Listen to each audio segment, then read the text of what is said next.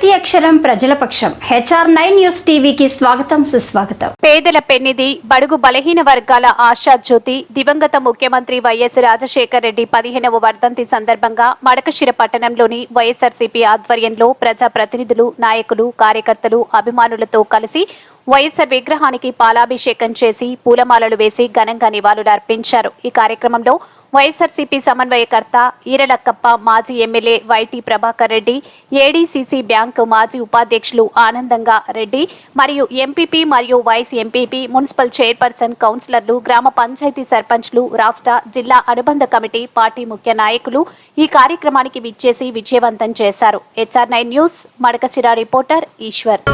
ఇలాంటి చెప్పుకుంటూ పోతే జలయజ్ఞం అనేకమైనటువంటి సంక్షేమ పథకాలు ఈరోజు మనం అనుభవిస్తున్నాం.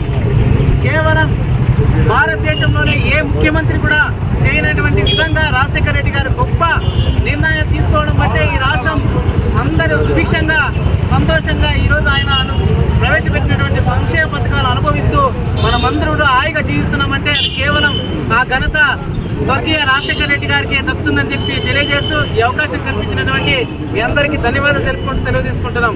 జోహార్ వైఎస్ఆర్. వైఎస్ఆర్సీపీ సీనియర్ నాయకులు శ్రీరామనాథ్ గారు కూడా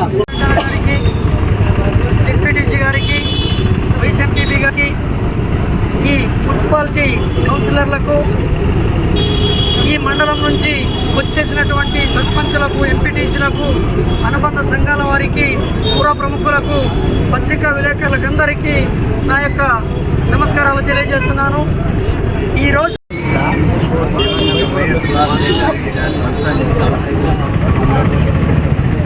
ఇక్కడ చేసిన వైఎస్ఆర్ అభిమానులను మనస్ఫూర్తిగా రాజశేఖర రెడ్డి గారు మరణించి కానీ ఆయన మన ప్రజలు